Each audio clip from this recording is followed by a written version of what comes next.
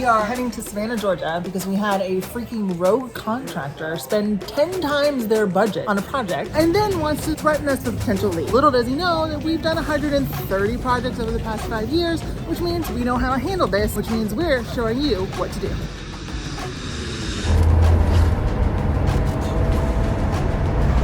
Savannah Harbor. We arrived in a tropical storm, which might be a little bit ominous right now. The first thing that we notice is the construction trash that's just sitting in the back. Not quite sure what we're about to walk into, other than the cleaners are here. So, live, laugh, love.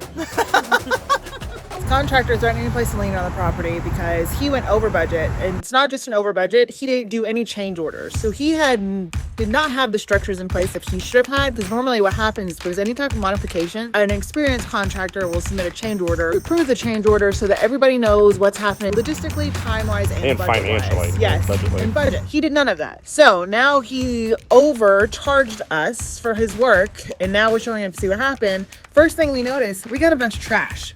So when we're dealing with a rogue contractor who wants to overcharge, we just start deducting on the things that we're gonna have to pay out. Literally, you wanna go rogue on us, we go rogue on you, bro.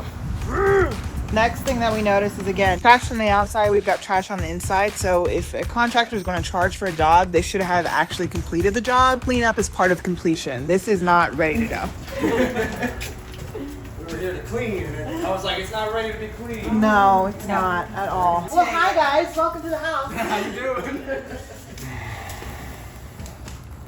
I am a little confused. Where did all of this come from tape-wise? Was this all Ben? This is all Ben. One of the things to look at when hiring a contractor is they will quote you a price, and as it fluxes, that's the price they have in their head. They will not modify the price, and instead, if you remove something from it, they'll add something to it so the price stays the same, because they're quoting a number, and that's what he did, which he overcharged pieces that we tacked off for labor. That's the wrong material that he That's got. the wrong material that they chose. This client is on a very specific and tight budget. We sent a link that was essentially faux brick panels, things that we've actually used in flips before. The install labor is not hard, and because there's floor to ceiling, there's not much cutting. That was supposed to go the length of this wall and the length of the kitchen because we wanted it to be seamless, floating above the brand new cabinet, and then we were going to grout over it to achieve a certain look. Well, instead, what I perceived to have happened is that he was project managing, running subcontractors himself, which he told us he was doing the work himself, and just sent this information to subcontractors and looked at the picture instead of actually clicked on the link. So the materials that he ordered ended up being 10 times the cost of what we had sent him. And that does not include the change in the labor, which this takes significantly longer because we're small pieces together. We don't have a finished wall right here, so it's not a cohesive look.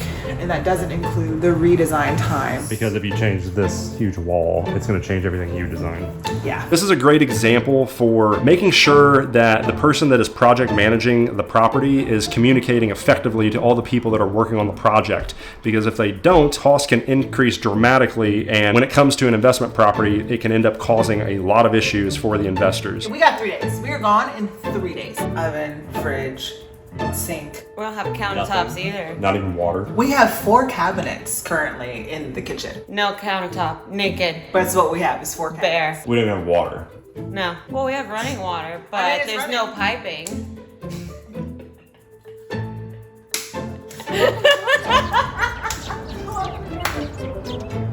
One of the things that you want to do when you're working with a contractor is you want to make sure that you have your logistics covered. That's the reason why you work with a contractor, especially a contractor who says that they are project managing, because normally we in-house project manage because that lets us keep up with timelines.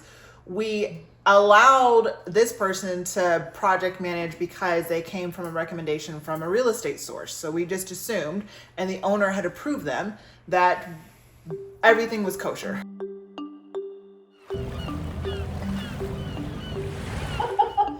Mistake number 1, whatever you can keep in-house, keep in-house, because it allows you to plan better and more efficiently and more effectively. So that was our mistake.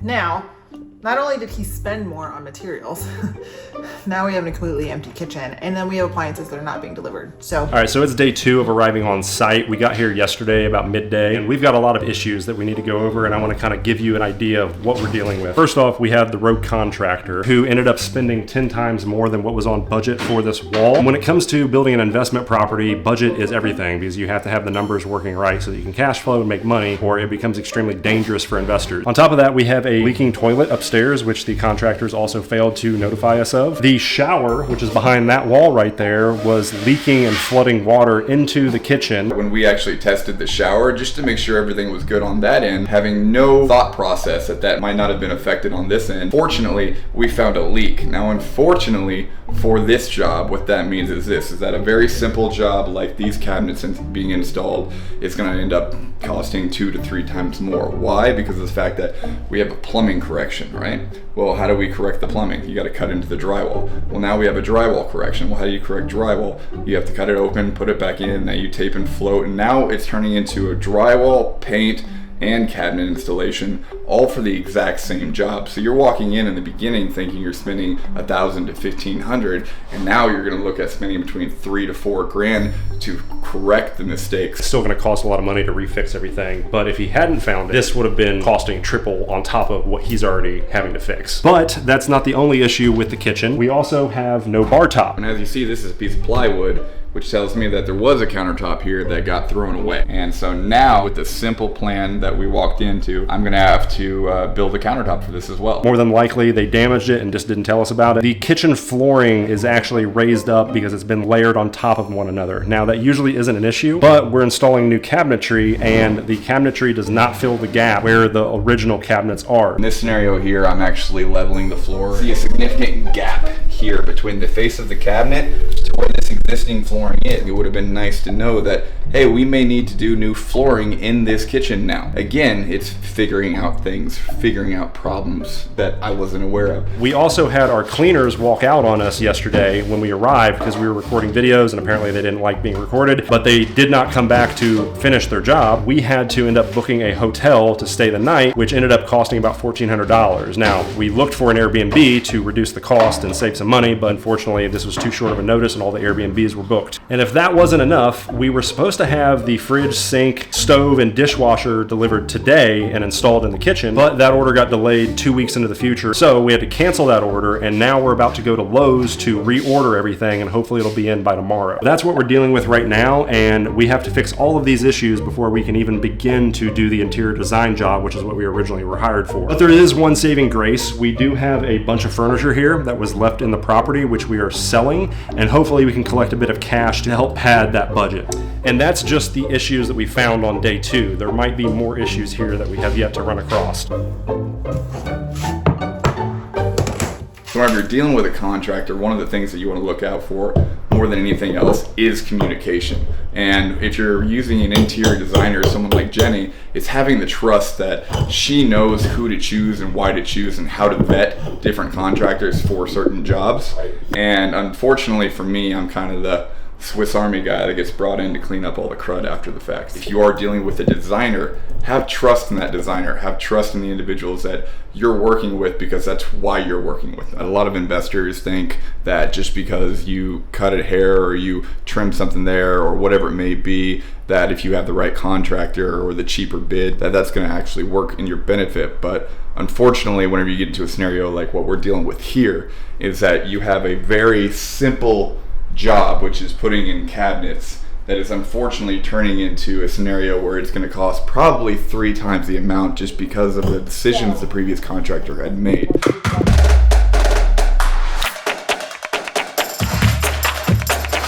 Are we building a dream house? No, this is going in the bedrooms. We're gonna slice it down the middle. When you say we, You are. We as a team, Corey. And it's gonna be the entire backdrop of 2 of the bedrooms, and it's gonna be floating. We got lamps in here. now I'm thinking about how to make that happen. Umbrella shelf. This is Eastern European gypsy wedding.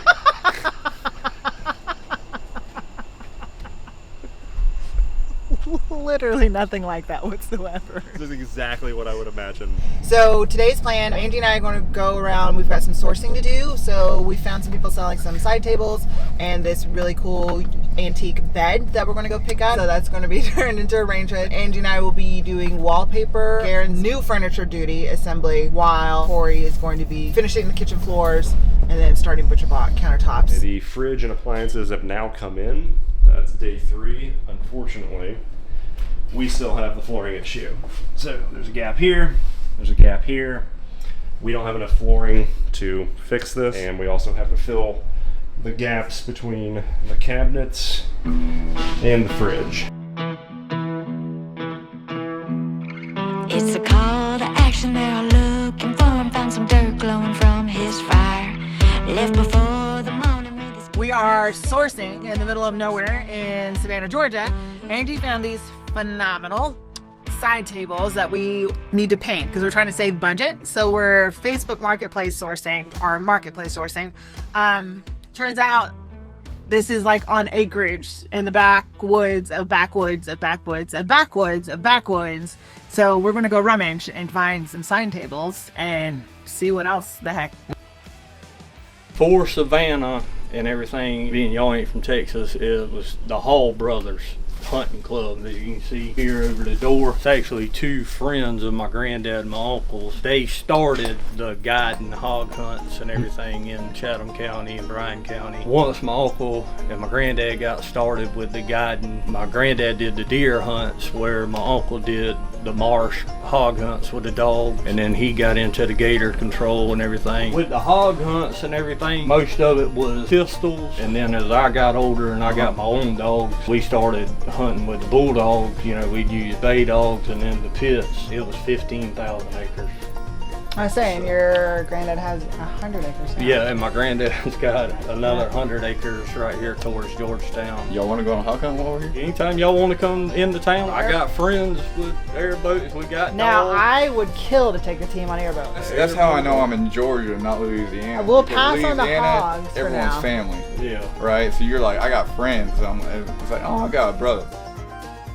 Every place that we've gone to, like, the people are fantastic. Absolutely. Yeah, and that's what I They love. are They're so great. wholesome and nice and polite. They like, all come to us. They've all been in their family's generation. but it's so great to be able to put your money back into the people that are Yeah. these small town, business owners, whether or not you think they're business owners or not. It's a business, and these people, like, this is how they make a living. So whenever we're going to these places, I do want to find something, even if it's $20 or $200. People we meet, the places we go, it's a story of us. It's a story of humans. This was my grandmother's. My mother inherited it from my grandmother when my grandmother passed. They got the whole bedroom set. I don't know, Yeah. it could easily be 100 years old. All right, so let's talk all the things on this Georgia build. Obviously, there were issues with contractors not completing the work, but at the end of the day, honestly, this property came together so well. We honed in on Savannah. If you've never been to Savannah, one, you're in the South. You're not just in the South, you're in the deep South. There's an expectation of put togetherness, as in the sense of, if you look at the name brands that are really associated with areas like this, like, for example, Vera Bradley. I don't know if I can say this on camera, but I want to say it on camera. Where it's bright, it's colorful, it's playful, but it's all very put together. There's an element of both structure and color and layers. Think of the debutante. This is where all of that stems from. This area is historically that. The modern day women here have a put togetherness to them, even if it's casual, even if it's hot, and even if we're down by the beach. So there's an element that when you're designing here, then you really want to do what we always do, one, layer. Layering's extremely important. We wanted to layer, but we wanted to layer in a way that was a sense of elegance and playfulness together. So we really honed in on emeralds and pinks. Magnolia is a staple here in the South. And then we went down to Trapper Jack, and it was a really good way to end up saving on budget. We spent around $500 all in there, but we got awesome antique nightstands and TV table. The nightstands we ended up painting pink and putting in the master bedroom. And then the TV table we put in the living room, we painted that a beautiful emerald green, and we added modern gold pools to it. So it looked like a totally different table by the time it was done. It was completely transformed, and you would never know that that was like rummaged out of the barn in the middle of the backwoods of Georgia. So just that alone was a huge savings. And then you add our spray painted pink, like 3-foot Coca-Cola top. You add our pink banjos that we got there. We got the pink side chairs for the upstairs queen bedroom. Oh, and then our alligator head are soaked, dripping. But we walked away with gator heads, TV stands, and taxidermies, and A free sauna. this place was, you did good, Angela. Which ends up being a really cool staple piece here in the living room. It's a really good juxtaposition between all the feminine that we have. So we've got this like giant alligator head. So you've got like that's quintessentially masculine with all of our pink that's going on. But it's also from here. It is from Georgia. It is literally from Trapper Jack. So like you walk in and it feels like you are in a very southern home, in a very Georgia home. And then you add that, our fun playfulness, with a very elegant pieced together kitchen. So everything from our green and white backsplash, which because we had to save on budget, that was peel and stick tile. It was really high quality, and we made sure to do both a 3M spray on top of what was already there. And we layered that in a way that really added a focal point. And then Angie was awesome in how she tiered it towards the end.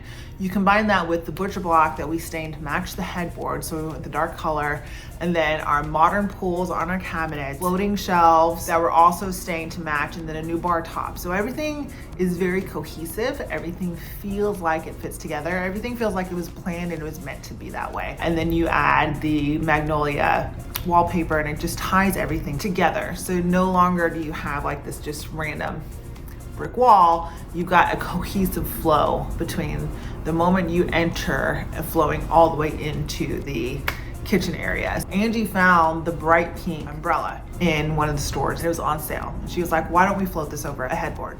Which I love the idea. And the size of it, we were going to go with the master bedroom, but we didn't have enough pink magnolia wallpaper. You can't just float an umbrella in the middle of a gray wall. That doesn't make any sense. We went to Joann's and we found this fabric, this great silky green fabric, high impact. We thought for sure that's going to be awesome. We'll do the umbrella, great. But I love actually the way it ended up turning out. We moved the umbrella up to the twins' bedroom, and instead we just layered that with the pink stripes. And we had our really cool piece of artwork that we had found here in Georgia. So it gave that art kind of a moment. Because we're near the beach, this ended up giving very cabana beach vibes, which is super appropriate here for Georgia. And then the pink and the green, obviously very southern, very magnolia. And then in the queen room, that trunk was also a Trapper Jack's that we found. It almost doesn't fit because everything else is so southern and so put together between your floral accent pillows and your crane pillows. And then that $40 headboard. So that $40 headboard that we found that the guys are making fun of, and they're like, what are you doing? Where are we going with this? I think Garrett had called it a gypsy wandering something. Ended up being perfect for the queen room. And then we just layered it again with stripes, visual, up and down, highlighting the length of the ceiling. So by the time that we'd spent the $500 on everything that we got, you could have easily spent vastly more given the fact that we got the nightstands for both the main rooms. And we painted those a beautiful emerald green, the same color that we painted the living room TV stand. It feels different. It doesn't feel stark. This property needed character. So instead of just buying brand new nightstands, which do nothing because again, we've got a brand new bed, it gives it an element of texture and movement and cohesiveness. So between that green and our parrot lamps, which were just fun, honestly. And then the trunk adds that juxtaposition, adds that a little bit of masculinity to something that's very feminine. And then overall, I think we just have a really fun, playful, very Georgia property.